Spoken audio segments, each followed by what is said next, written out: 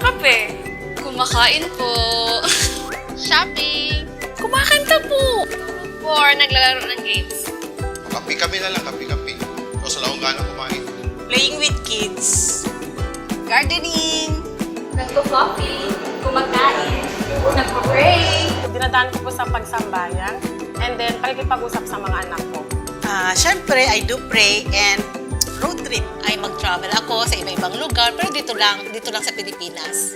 Pag stress ako sa work, nagkakain na lang ako ng mga pagkain para mawala yung stress ko. Kasi pag pressure talaga sa work, kailangan ko talaga merong pleasure. Yung pleasure na i-enjoy mo, para maka-recharge ka naman, no? Pagbalik mo sa office, at least, naman yung interest mo sa work, no? Ganun lang.